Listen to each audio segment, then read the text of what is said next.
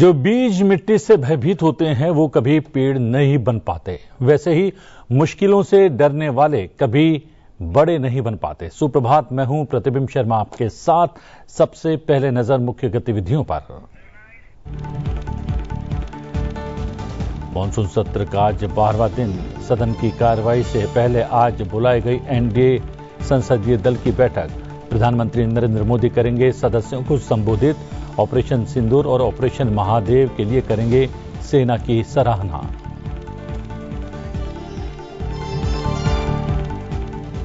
भारत दौरे पर आए फिलीपींस के राष्ट्रपति मार्कोस आज राष्ट्रपति द्रौपदी मुर्मू और प्रधानमंत्री नरेंद्र मोदी से करेंगे वार्ता। रक्षा, व्यापार और डिजिटल प्रौद्योगिकी सहित विभिन्न क्षेत्रों में सहयोग पर चर्चा होगी।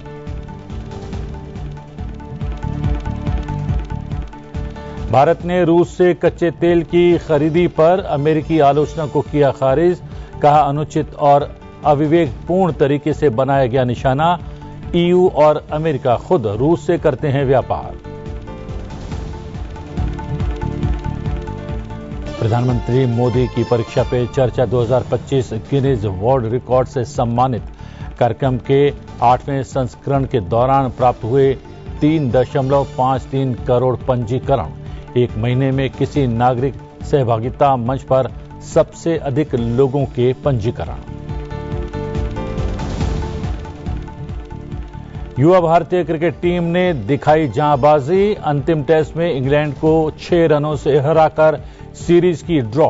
कप्तान शुभमन गिल बने मैन ऑफ द सीरीज।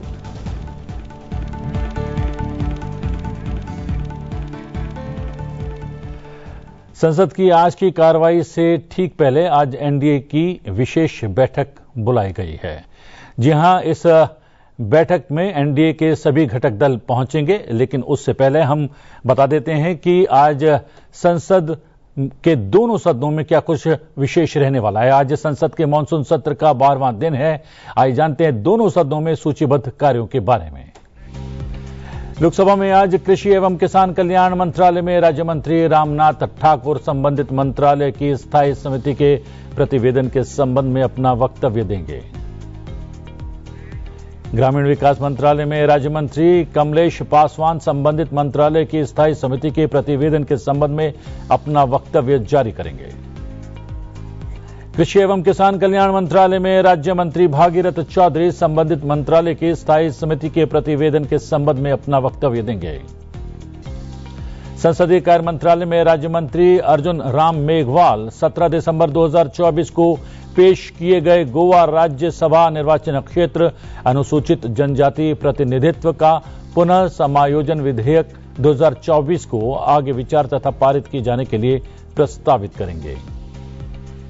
पतन पोत परिवहन और जलमार्ग मंत्री सर्बानंद सोनोवाल वाणिज्य पोत परिवहन विधेयक 2024 को आगे विचार तथा पारित किए जाने के लिए प्रस्तावित करेंगे।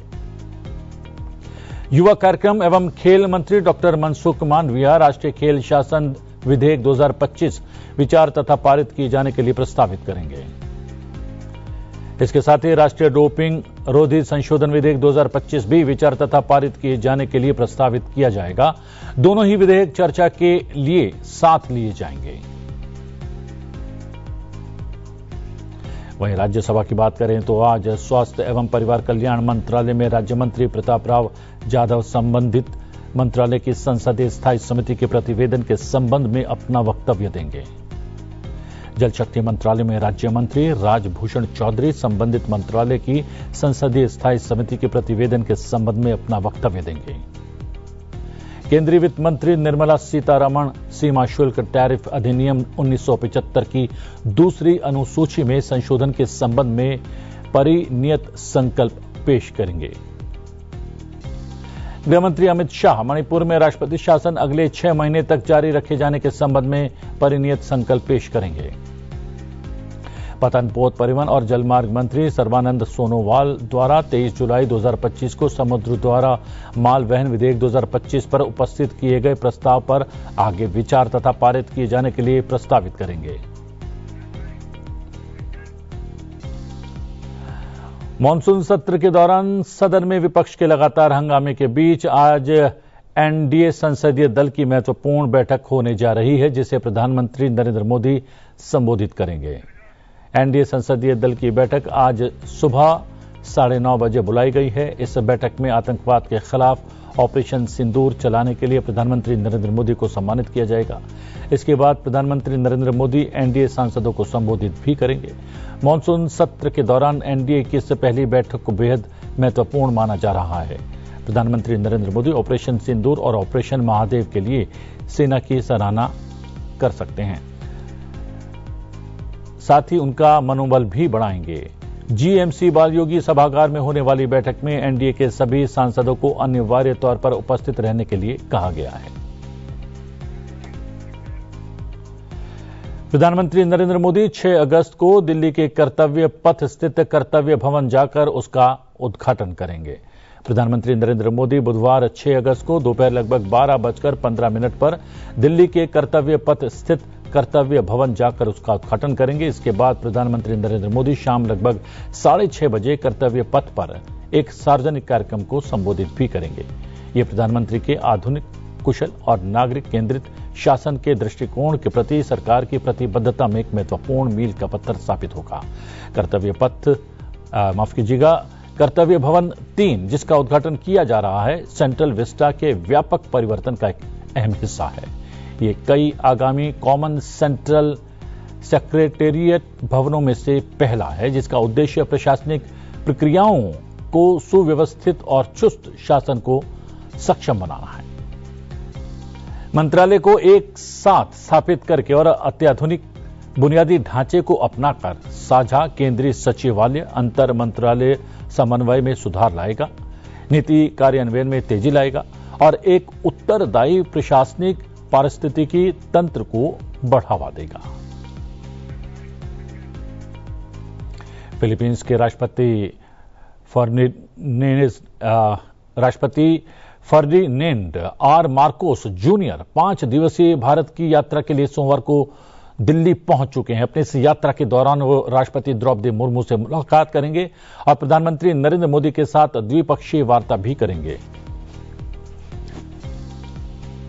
दिल्ली पहुंचने पर भारत की ओर से राज्य मंत्री पवित्रा मार्गरेटा ने उनका गर्मजोशी से स्वागत किया। इस दौरान विदेश मंत्री एस जयशंकर ने राष्ट्रपति मार्कोस से मुलाकात की। मुलाकात के बारे में विदेश मंत्री एस जयशंकर ने सोशल मीडिया प्लेटफॉर्म एक्स पर पोस्ट कर जानकारी दी। विदेश मंत्री एस जयशंकर ने एक्स पर लिखा, फिलीपींस के राष्ट्रपति फर्डिनेंड आर मार्कोस जूनियर से दिल्ली में उनकी राज्य की यात्रा की शुरुआत पर भेंट कर प्रसन्नता हुई। मुझे पूरा विश्वास है कि कल प्रधानमंत्री नरेंद्र मोदी के साथ उनकी बातचीत हमारी द्विपक्षीय साझेदारी को गहराई प्रदान करेगी। कल का मतलब है आज जो है प्रधानमंत्री से मिलने वाले हैं फिलीपींस के राष्ट्रपति फर्डिनेंड आर मार्कोस जूनियर का आज सुबह 9 बजे राष्ट्रपति भवन में औपचारिक रूप से स्वागत किया जाएगा। इसके बाद वो राजघाट रवाना होंगे, जहां वो महात्मा गांधी की समाधि पर पुष्पांजलि अर्पित करेंगे। राष्ट्रपति फर्डिनेंड आज दोपहर दिल्ली के हैदराबाद हाउस में प्रधानमंत्री नरेंद्र मोदी के साथ द्विपक्षीय बैठक करेंगे। हैदराबाद हाउस में दोनों देशों के बीच समझौता ज्ञापनों का आदान प्रदान और एक संयुक्त बयान भी जारी किया जाएगा। इसके बाद राष्ट्रपति फर्डिनेंड आर मार्कोस जूनियर शाम को होटल ताज महल में केंद्रीय स्वास्थ्य और परिवार कल्याण मंत्री जेपी नड्डा के साथ बैठक करेंगे। गुरुवार 7 अगस्त को राष्ट्रपति मार्कोस बेंगलुरु भी जाएंगे। उसी दिन शाम को वो hotel Taj West End Bengaluru में कर्नाटक के राज्यपाल के साथ बैठक करेंगे। इसके बाद शुक्रवार 8 अगस्त को वो फिलीपींस के लिए रवाना हो जाएंगे। ये राष्ट्रपति मार्कोस का राष्ट्रपति बनने के बाद पहला भारत दौरा है। ये यात्रा भारत फिलीपींस राजनयिक संबंधों की 75वीं वर्षगांठ के अवसर पर हो रही है। भारत और फिलीपींस के बीच राजनयिक संबंध नवंबर 1949 में स्थापित हुए थे। दौरे के दौरान रक्षा, व्यापार और डिजिटल प्रौद्योगिकी सहित विभिन्न क्षेत्रों में सहयोग पर चर्चा होगी। ये दोनों देशों के नेताओं के लिए भविष्य की साझेदारी की दिशा तय करने और क्षेत्रीय एवं वैश्विक मुद्दों पर संवाद का अवसर प्रदान करेगी।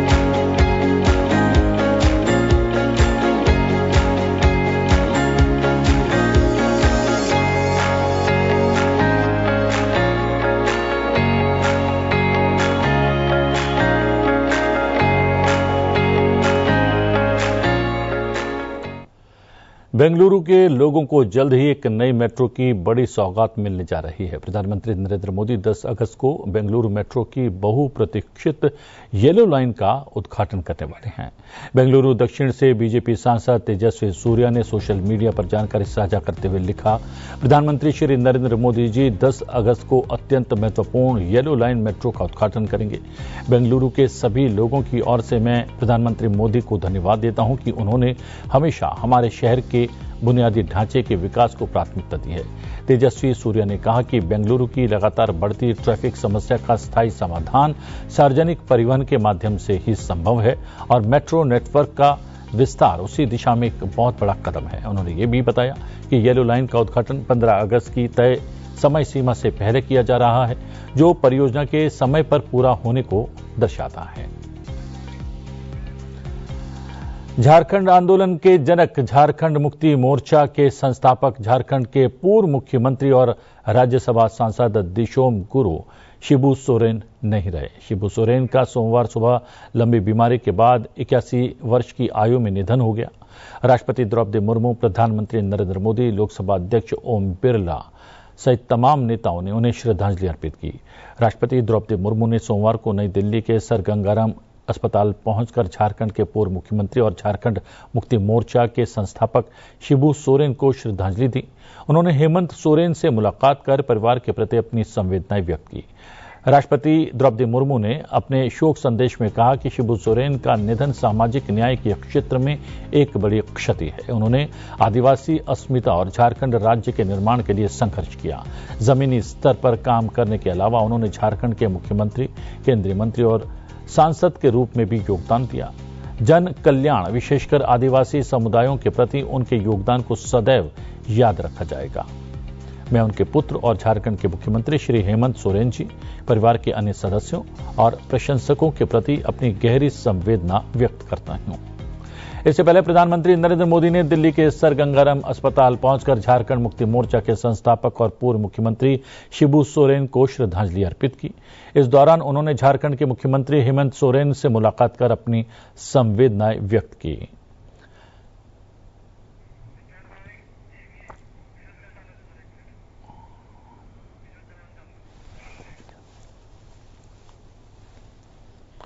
ये उस समय की तस्वीरें हैं जब प्रधानमंत्री श्रद्धा सुमन अर्पित करने के लिए पहुंचे। आप देख सकते हैं तस्वीर में वर्तमान में झारखंड के मुख्यमंत्री हेमंत सोरेन, जो कि शिबू सोरेन के पुत्र भी हैं, खड़े हुए हैं। उनसे बातचीत की प्रधानमंत्री ने, संवेदनाएं व्यक्त की और शिबू सोरेन जी की राजनीतिक यात्रा के संदर्भ में एक लंबी बातचीत भी की।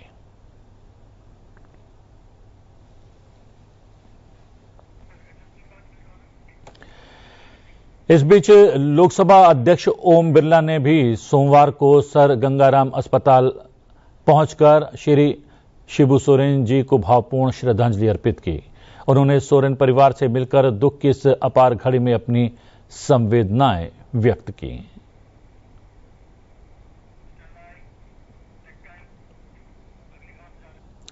सोमवार को Guinness book of world record की तरफ से दिल्ली में आयोजित एक खास कार्यक्रम में इस रिकॉर्ड का सर्टिफिकेट दिया गया। इस अवसर पर केंद्रीय शिक्षा मंत्री धर्मेंद्र प्रधान, केंद्रीय मंत्री अश्विनी वैष्णव, राज्य मंत्री जितेंद्र प्रसाद और कई वरिष्ठ अधिकारी मौजूद रहे। जी हां, प्रधानमंत्री नरेंद्र मोदी की प्रमुख पहल परीक्षा पे चर्चा को एक महीने में नागरिक सहभागिता मंच पर सर्वाधिक लोगों के पंजीकरण के लिए गिनीज वर्ल्ड रिकॉर्ड से सम्मानित किया गया है। इस सम्मान वर्ष 2025 में आयोजित कार्यक्रम के 8वें संस्करण के दौरान 3.53 करोड़ वैध पंजीकरण के अभूतपूर्व आंकड़े को मान्यता देता है। परीक्षा पे चर्चा प्रधानमंत्री नरेंद्र मोदी द्वारा परिकल्पित एक अद्वितीय वैश्विक मंच है, जहां वो विद्यार्थियों, शिक्षकों और अभिभावकों से सीधा संवाद करते हैं। प्रधानमंत्री की ये पहल परीक्षा के मौसम को सकारात्मकता, तैयारी और उद्देश्यपूर्ण शिक्षण का उत्सव बनाती है। इससे परीक्षाएं तनाव का नहीं बल्कि प्रोत्साहन का अवसर बन जाती हैं। शिक्षा मंत्री धर्मेंद्र प्रधान ने बताया कि इस कार्यक्रम को टीवी, इंटरनेट और सोशल मीडिया पर 21 करोड़ से ज्यादा लोगों ने देखा। उन्होंने इस अवसर पर कहा कि ये अब सिर्फ एक कार्यक्रम भर नहीं बल्कि एक राष्ट्रव्यापी आंदोलन बन गया है जो छात्रों को आत्मविश्वास और तनाव कम करने में मदद करता है। उन्होंने ये भी कहा कि इस कामयाबी का श्रेय देश के हर छात्र, माता पिता, शिक्षक और स्कूलों को जाता है जिन्होंने इस कार्यक्रम में बढ़ चढ़कर हिस्सा लिया। केंद्रीय मंत्री अश्विनी वैष्णव ने इसे विद्यार्थियों, अभिभावकों और शिक्षकों को एक मंच पर लाकर तनाव मुक्त और कल्याणकारी शिक्षण को बढ़ावा देने वाली अनोखी पहल बताया। उन्होंने कहा कि गिनीज वर्ल्ड रिकॉर्ड इस बात का प्रमाण है कि जनता को इस कार्यक्रम पर अटूट भरोसा है।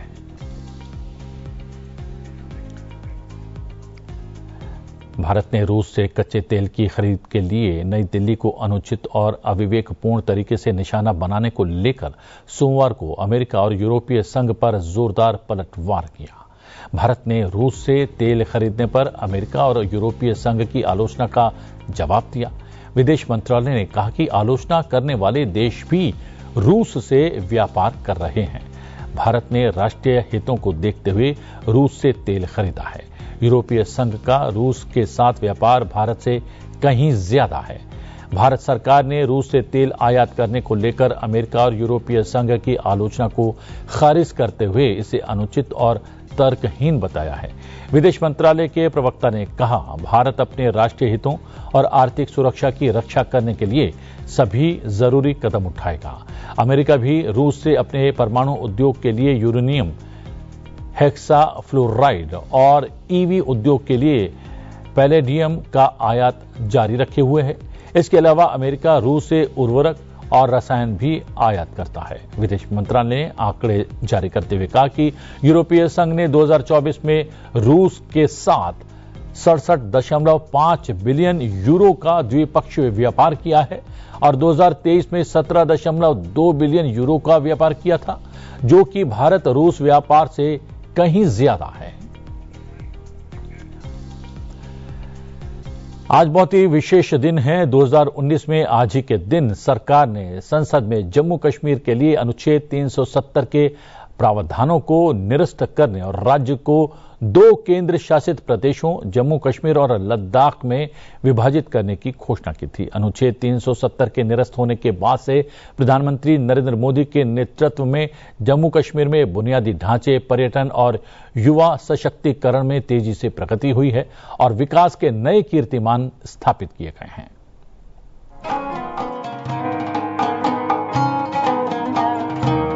जम्मू कश्मीर में बुनियादी ढांचे का विकास, पर्यटन को बढ़ावा और युवाओं के लिए नए अवसर, यही है वो विजन जिसको लेकर केंद्र सरकार लगातार काम कर रही है। जम्मू कश्मीर की प्रगति प्रधानमंत्री नरेंद्र मोदी की प्राथमिकताओं में शामिल रही है। 2019 में अनुच्छेद 370 हटाए जाने के बाद इस प्रगति को नई गति मिली है। कुछ प्रमुख परियोजनाओं की बात करें तो जून 2024 में पीएम ने शिक्षा और बुनियादी ढांचे से जुड़ी 1500 करोड़ से अधिक की परियोजनाओं का शुभारंभ और शिलान्यास किया। पीएम ने 1800 करोड़ की कृषि एवं संबद्ध क्षेत्रों में प्रतिस्पर्धात्मकता वृद्धि परियोजना भी लॉन्च की। फरवरी 2024 में पीएम ने जम्मू में एम्स का शुभारंभ किया था। वहीं आईआईएम के नए परिसर का भी उद्घाटन किया गया था। जम्मू हवाई अड्डे पर नए टर्मिनल भवन की आधारशिला हो या बड़ी रेल और सड़क परियोजनाएं, पीएम ने जम्मू कश्मीर में बेहतर कनेक्टिविटी की दिशा में लगातार ठोस प्रयास किए हैं। इसी साल जनवरी में पीएम के हाथों सोनमर्ग टनल परियोजना का शुभारंभ भी ऐसा ही बड़ा कदम है। अनुच्छेद 370 हटाए जाने के बाद जम्मू कश्मीर में लोकतांत्रिक ढांचा भी अधिक मजबूत और समावेशी बना है। 2020 में हुए स्थानीय निकाय चुनाव में लोगों की बढ़ चढ़कर हिस्सेदारी में इसकी झलक साफ नजर आई। 2024 के शांतिपूर्ण विधानसभा चुनाव और सरकार गठन ने इस इबारत को और रोशन कर दिया। 2022 में जम्मू कश्मीर में पहली बार बड़ा राष्ट्रीय फिल्म महोत्सव हुआ। वहीं 2023 में जम्मू कश्मीर में G20 वर्किंग ग्रुप बैठक की शानदार मेजबानी भी यादगार रही। विश्व भर के देशों से जुटे प्रतिनिधि न केवल धरती के स्वर्ग से रूबरू हुए, बल्कि विकास और पर्यटन से आ रहे बदलावों को भी देखा। विकास के साथ साथ अपनी समृद्ध विरासत का भी उत्सव मनाते हुए जम्मू कश्मीर भव्य खीर भवानी मेले का गवाह बना। खेल और युवाओं के विकास से जुड़े बड़े आयोजन भी अनुच्छेद 370 हटाए जाने के बाद हुए और बेहद सफल रहे। 2024 में जहां देश भर ने 10वां अंतर्राष्ट्रीय योग दिवस मनाया, वहीं श्रीनगर में इसमें प्रधानमंत्री नरेंद्र मोदी की मौजूदगी रही। 2024 में ही श्रीनगर की डल झील के सुंदर किनारे ने एक और अभूतपूर्व अवसर को जिया। फॉर्मूला 4 कार रेसिंग को लेकर जबरदस्त उत्साह रहा। जम्मू कश्मीर में आर्थिक विकास और समृद्धि की यह तस्वीर आंकड़ों में भी साफ झलकती है। रिकॉर्ड तोड़ संख्या में आए पर्यटक अपने साथ स्थानीय व्यवसाय और युवाओं के लिए खुशहाली का संदेश लाते रहे हैं। जम्मू कश्मीर के युवा अलगाववाद को नकार कर विकसित भारत की यात्रा में बढ़ चढ़कर भागीदार बन रहे हैं। भारत के क्रिकेट प्रेमियों के लिए कल का दिन शुभ रहा। भारत ने ओवल टेस्ट 6 रनों से जीत लिया। भारत ने पहली पारी में 224 रन बनाए। जवाब में इंग्लैंड की पहली पारी 247 पर सिमट गई और इंग्लिश टीम 23 रन की बढ़त हासिल करने में कामयाब रही। भारत ने अपनी दूसरी पारी में 396 रन बनाए और 373 रनों की कुल बढ़त हासिल की और लक्ष्य 374 रन का रखा। जवाब में इंग्लैंड की दूसरी पारी 367 रन पर सिमट गई। जो रूट की 105 रन और हैरी ब्रूक की 111 रनों की पारी भी इंग्लैंड को हारने से नहीं बचा सकी। जैसे ही सिराज ने आखिरी विकेट के रूप में एटकिंसन को यॉर्कर पर क्लीन बोल्ड किया, भारतीय फैंस और खिलाड़ियों की खुशी का ठिकाना नहीं रहा। सिराज दौड़ पड़े और भारतीय खिलाड़ी उन्हें गले लगाने के लिए दौड़ने लगे। इस जीत के साथ ही 5 मैचों की एंडरसन तेंदुलकर ट्रॉफी 2025 का समापन हो गया है। ये सीरीज 2-2 की बराबरी पर समाप्त हुई। सीरीज का एक मैच ड्रॉ रहा था। कप्तान शुभमन गिल को मैन ऑफ द सीरीज घोषित किया गया है। गिल ने इस सीरीज में 5 मैचों की 10 पारियों में 754 रन बनाए। इस दौरान उन्होंने 4 शतक जमाए, जिसमें से एक दोहरा शतक था। उनका सर्वाधिक स्कोर 269 रन रहा। जापान की धरती पर भी भारतीय संस्कृति की छाप स्पष्ट रूप से देखी जा सकती है। वहां रह रहे प्रवासी भारतीय वर्षों से अपने सांस्कृतिक मूल्यों को जीवित रखने का प्रयास कर रहे हैं। इसी क्रम में कावड़ यात्रा एक प्रेरणादायी उदाहरण बन गई है। हाल ही में संपन्न हुई 4थी कावड़ यात्रा टोक्यो के फुनाबोरू से शुरू हुई। श्रद्धांजलियों ने गंगा जल से भरी कावड़ को कंधे पर उठाकर हर हर महादेव के उद्घोष के साथ पैदल ओजिमा तक यात्रा की। इसके पश्चात वाहनों के माध्यम से लगभग 80 किलोमीटर की दूरी तय कर श्रद्धालु इबाराकी प्रांत स्थित श्रीराम मंदिर बांधो पहुंचे। मंदिर परिसर में भोलानाथ का जलाभिषेक, विशेष श्रृंगार और भव्य आरती के साथ ये दिव्य यात्रा संपन्न की गई। यह आयोजन न केवल धार्मिक आस्था का प्रतीक बना, बल्कि प्रवासी समाज को एकजुट कर भारतीय संस्कृति के प्रति सम्मान और गर्व की भावना को भी प्रबल कर गया।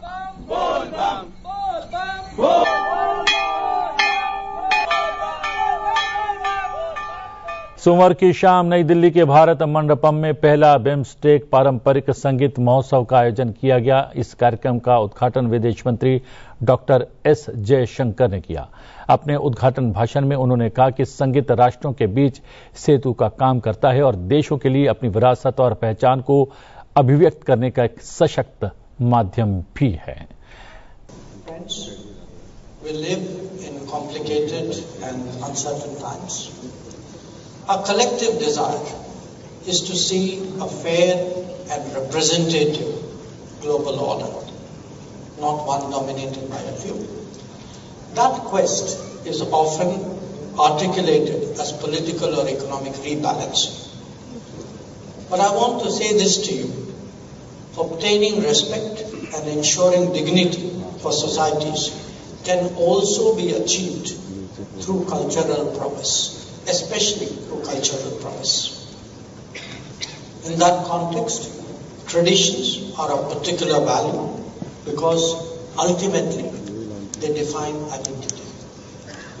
We must be assured about what we are if we want to be confident about shaping the future. For nations like us, traditions are truly a great source of strength. So let me, in conclusion, thank ICCR and thank Team MEA for organizing this event. On your behalf, I would like to thank all the participants, the performers who have come from all the BIMSTEC countries. Bharat, Bangladesh, Bhutan, Myanmar, Nepal, Sri Lanka और Thailand के कलाकारों ने इस संगीत संध्या में अपनी प्रस्तुतियां दी। भारतीय सांस्कृतिक संबंध परिषद द्वारा आयोजित सप्त सुर 7 राष्ट्र एक राग नामक इस महोत्सव में 7 बिम्स्टेक देशों की विशिष्ट संगीत परंपराओं का उत्सव मनाया गया। चलते चलते आपको छोड़े जाते हैं इस संगीत उत्सव की झलकियों के साथ। मुझे दीजिए आज्ञा, बने रहिए सनसेट टीवी के साथ। नमस्कार।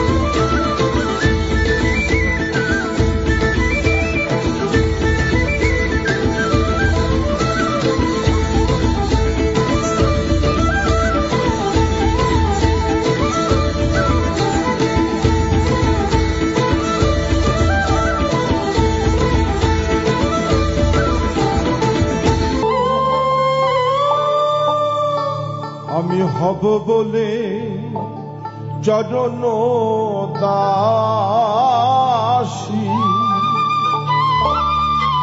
আমি হব বলে চরণ দাসী,